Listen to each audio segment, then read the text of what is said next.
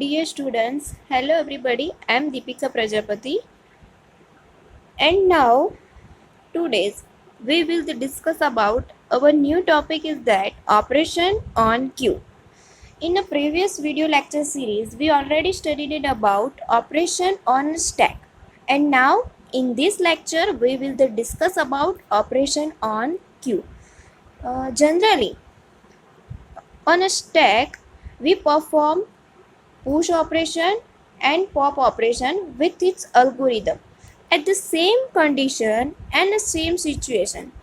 Operation on queue, we will also perform push algorithm and pop algorithm on a queue.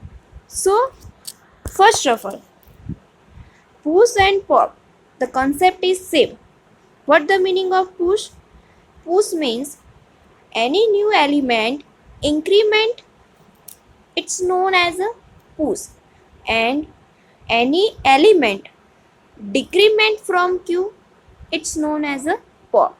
So consider a queue consists of n elements, means queue માં n elements હશે, an element value which we can insert and delete from the queue, જેને આપણે insert પણ કરાવી શકીશું અને ક્યુમાંથી delete પણ કરાવી શક્યું.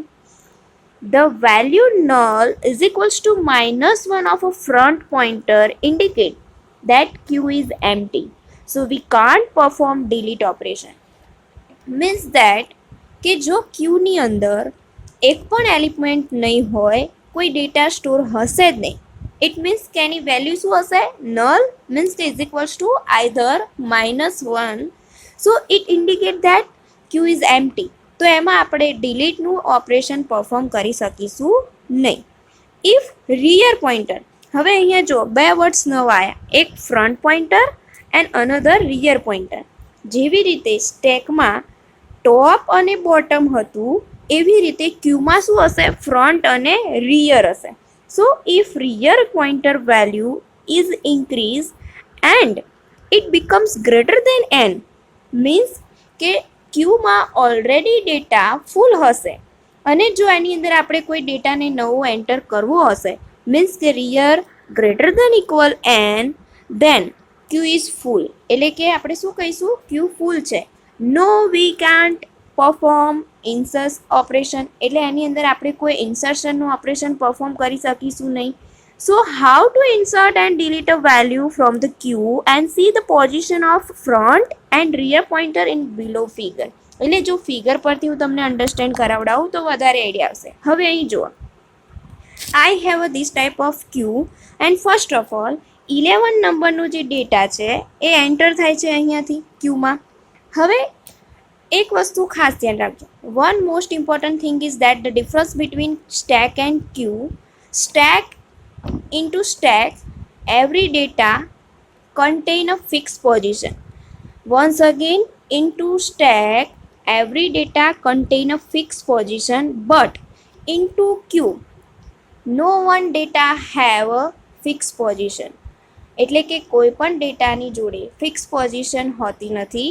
જ્યારે સ્ટેકની અંદર જેટલા પણ ડેટા સ્ટોર થાય છે એની જોડે ફિક્સ પોઝિશન હોય છે. એટલે કે જે નંબરનો ડેટા જ્યાં સ્ટોર થાય છે એ ત્યાંના ત્યાં જ ડેટા સ્ટોર થયેલો રહે છે, એ એડ્રેસ પર જ હોય છે. જ્યારે ક્યુની અંદર શું થશે? ડેટા પાસ થશે.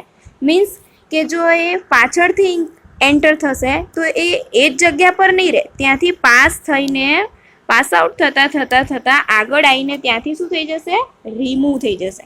એટલે જો અહીં મેં 3 ડોટ ડોટ ડોટ ડોટ બતાવેલું છે, એનો મિનિંગ કે 11 નંબરનો ડેટા પહેલાં ક્યુમાં એન્ટર થાય છે. ફોર એક્ઝામ્પલ તરીકે માની લો કે આ એક ક્યુ છે. મેં તમને ફર્સ્ટ લેક્ચરમાં ક્યુનું એક્ઝામ્પલ આપ્યું હતું, ટિકિટ વિન્ડોનું. તો અહીં માની લો અહીંયા ટિકિટ વિન્ડો છે. ફર્સ્ટ પેસેન્જર 11 નંબરનો ડેટા આવ્યો. ચલો એ અહીંયા ઊભો તો નહીં જ રહે, પાસ થતાં થતાં આગળ આવશે, ટિકિટ લેવા ગઈ, રિમૂવ થયો. એના પછી 22 નંબરનો ડેટા આવ્યો, 33 આવ્યો, 44 આવ્યો. તો જે data first of all entry લઈને ફર્સ્ટ પોઝિશન પર પહોંચે છે તો એને આપણે શું કહીએ છીએ? એટ ધ ફ્રન્ટ ઓફ ક્યુ. અને લાસ્ટમાં જે ડેટા હોય છે એને આપણે શું કહીશું? Rear portion of Q. So first of all, whenever any data enter in a queue, it's known as a front portion of queue, and whenever any data at the last position of the queue portion, it's known as a rear portion.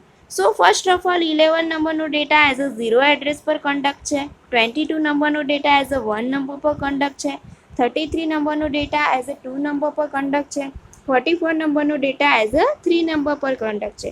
તો જે પણ data ફર્સ્ટમાં enter થશે એ જ data ફર્સ્ટમાં out થશે. So means first in and first out, એટલે કે 11 નંબરનો ડેટા જ ફર્સ્ટ એન્ટર થયો હતો અને 11 નંબરનો ડેટા જ ફર્સ્ટમાં આઉટ થાય છે.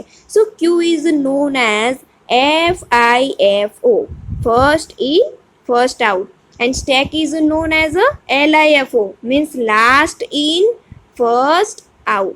So the difference between stack and queue, every data in a stack contain a fixed position, but in a queue data have no fixed condition. So સ્ટેકમાં જ્યારે આપણે જોયું તો ક્યુમાં હવે બે કન્ડિશન ક્રિએટ નહીં થાય, વર્ટિકલ એન્ડ હોરિઝોન્ટલ ક્રિએટ નહીં થાય, because queue is always a horizontally, એ હંમેશા આડી જાય. ક્યુ ક્યારેય ઊભી જોઈ કે ચાલો ભાઈ ઊભી ક્યુ છે, ના, પોસિબલ નથી. ક્યુ ઓલવેઝ આડી રીતે જ આપણે કન્સિડર કરીએ છીએ. So this is the known as a front portion and this is the known as a rear portion. Next, કે જ્યારે પણ ડેટાને આપણે રિમૂવ કરીશું તો એના પછીનો જે ડેટા છે એ આપણો શું થઈ જશે, એઝ અ ફ્રન્ટ પોઈન્ટ, અને જે લાસ્ટમાં જે છે આપણું રિયર પોઈન્ટ. તો જે ફર્સ્ટમાંથી રિમૂવ થઈ ગયો તો હવે આપણું શું થયું, 22 આપણું ફ્રન્ટ થયો. તેને આપણે આવું કહી શકીએ કે 0 પરથી આપણે એક સ્ટેપ શું થયા, આગળ વધ્યા, એટલે કે 1 ઇન્ક્રીમેન્ટ કર્યું. તો આપણે આવું કહી શકીએ front is equals to front plus 1. સો જ્યારે પણ ડેટા રિમૂવ થાય છે 0 પોઝિશન પરથી, એના પછી જે એના પછીનો નેક્સ્ટ ડેટા છે એને આપણે કન્સિડર કરીએ છીએ એઝ અ ફ્રન્ટ પોઈન્ટ તરીકે. તો આપણે so we can say that front is equals to front plus 1. So when we remove the element from a queue, a pointer value is incremented by 1. So it's known as a front is equals to front plus 1. Next, હવે same એ જ position કે કોઈ data પાછળથી enter થાય છે નવો, તો ત્યાં આપણે શું કહીશું, rear plus 1. So whenever we insert an element at a rear end in a queue, a rear pointer value is a increment by 1. So it's known as a rear is equals to rear plus 1. તો જે રીતે આપણે સ્ટેકમાં horizontal and vertical બે type study કર્યા હતા, એની જગ્યાએ vertical and હોરિઝોન્ટલના બંનેનું કોમ્બિનિકેશન, એને અહીંયા શું કહીશું આપણે, વેક્ટર. સો આને આપણે શું કહીએ છીએ, વેક્ટર રિપ્રેઝન્ટેશન ઓફ ક્યુ. તો અહીં આઈ હોપ તમને ક્યુમાં જે રીતે સ્ટેકમાં ટોપ અને બોટમ અન્ડરસ્ટેન્ડ થયું હશે, એ જ રીતે ક્યુમાં ફ્રન્ટ અને રિયર પોર્શન આઈડિયા આવી ગયો હશે. તો આના પછીના આપણે લેક્ચરમાં ક્યુના અલ્ગોરિધમ, જે રીતે આપણે સ્ટેકના પુશ અને પોપ અલ્ગોરિધમ સ્ટડી કર્યા હતા, એ જ રીતે આના પછીના લેક્ચરમાં we will discuss about the operation on ક્યુમાં push algorithm and pop algorithm on queue study કરીશું. I hope you all are easily understand from this our video lecture.